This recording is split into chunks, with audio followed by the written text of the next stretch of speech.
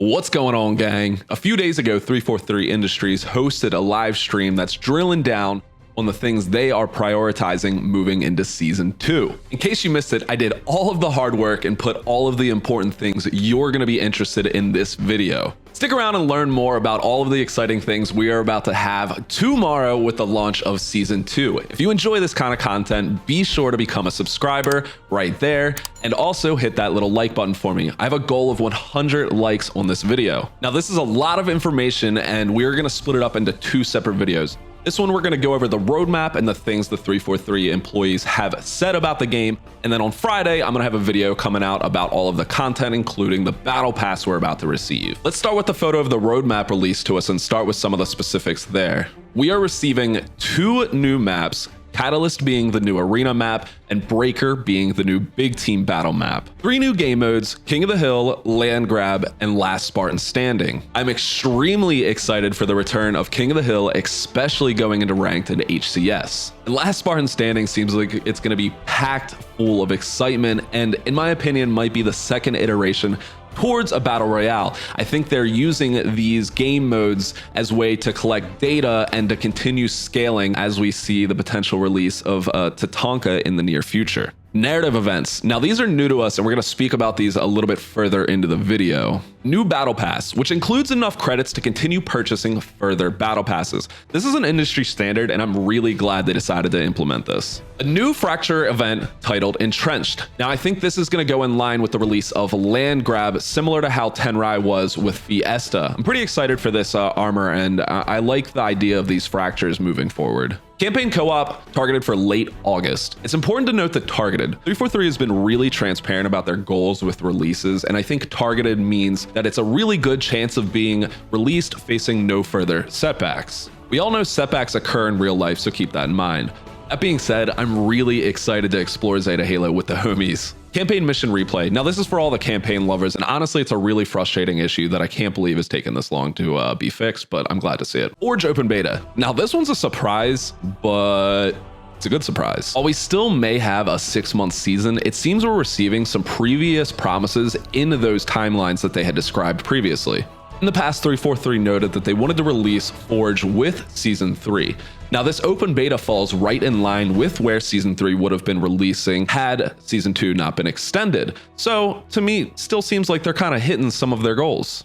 We speak a bit more about Forge further on in the video. Quality of life drop pods. 343 is trying to implement a system to deploy their hotfixes. They also confirm these can contain content. Now, it's important to note we probably won't see any content coming from these in Season 2.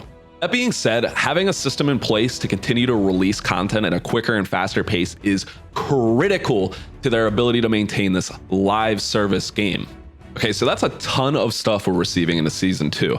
And honestly, I'm really looking forward to the future of Halo Infinite. A fellow YouTuber, SeanW, recently released a video talking about looking at the bigger picture of what 343 is kind of envisioning here, and he agrees that Season 2 may be what it takes to save Halo Infinite. Be sure to go check out his video. I'm going to link it in the description below. All right, now I'm going to go over some of the things that the 343 employees had to say about some of these issues and concerns. A lot of this is going to go over their current concerns, the feedback from the community, as well as future content. Sketch acknowledges the frustration of the community and shares his frustrations with the speed at which content is being released. This is honestly really good to hear and makes me feel heard as a consumer. Ushek confirms the ability to turn off player outlines, which is a pretty cool feature I'm excited to see implemented. This is going to give those of you that are looking for that classic Halo feel the ability to turn off that colorful glow. For me personally, though, I actually really enjoy the outlines, and I think it's going to be something that I use moving forward with my career on Halo. Sketch speaks on implementing a rolling list of feedback that 343 is working on, allowing clear transparency on teams' awareness and action on individual issues and concerns within the community. Joe Staten talks about 343's approach to current priorities. He confirms that they are focusing on fixing quality of life issues before diving into larger amounts of content. I think this is what needs to be done. Halo Infinite has an incredible core game functionality. and improving upon the current bugs and issues will only increase this quality. Joe calls quality of life their North Star as far as priorities go. Sketch and Staten both talk about how no one at 343 are happy about this roadmap. They want to be doing things faster and says it was frankly painful. They state that the reason why is they have to prioritize the quality of life issues that affect the game right now and need to create space between issues and content to allow more focus on content. Joe talks about how they are prioritizing anti-cheat in the overall ranked experience. I really hope they put more effort into the way CSR, global MMR works together. Being stuck within a certain CSR regardless of games played is extremely frustrating and something I'm well aware of, as many of you have seen on my live streams. We also need CSR to weight heavier towards wins overall, allowing players to play more objective and not have to stat play and pad their KD to gain CSR. He continues to speak about their acknowledgement on things like match XP, or rather Spartan career system. He states it might not be in their roadmap right now, but that is because putting a date on something of that size is hard to stick to. They're working on it, and it is a priority in their eyes, which makes me feel happy. Having a career system builds player retention and gives you something other than grinding Onyx to progress towards on your time playing. Halo 3, in my opinion, did this best. He then proceeds to speak about the quality of life drop pods as their approach to releasing updates moving forward. They don't want to wait for the season releases to roll out fixes for known issues. He also confirms that lots of different things could be deployed: content, features, or bug fixes.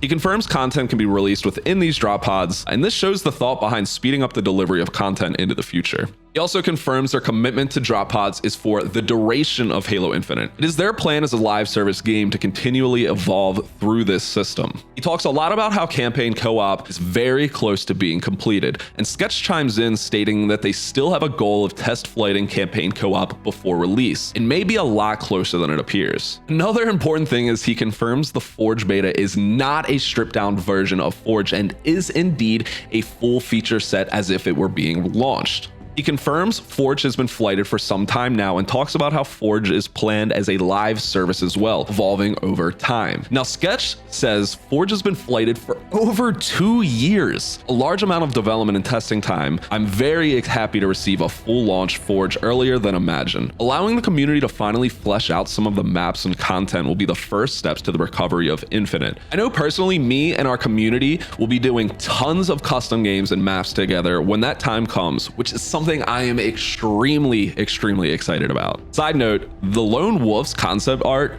is freaking sick. Joe talks a little bit about the narrative behind the Lone Wolf's themes. Spartan Eklund on the left and Spartan Din on the right. Real quick note on Din's right shoulder, it's a piece off of an elite.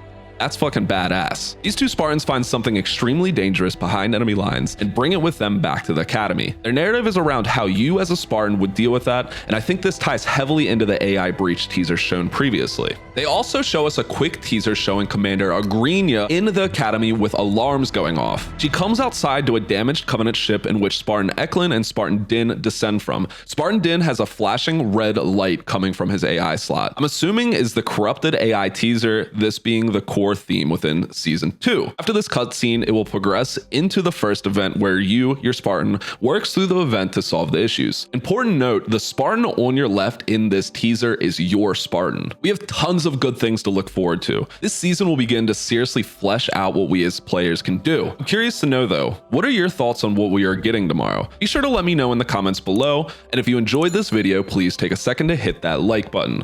Remember, I have a goal of 100 likes. Thank you, and as always, rest well and keep slaying.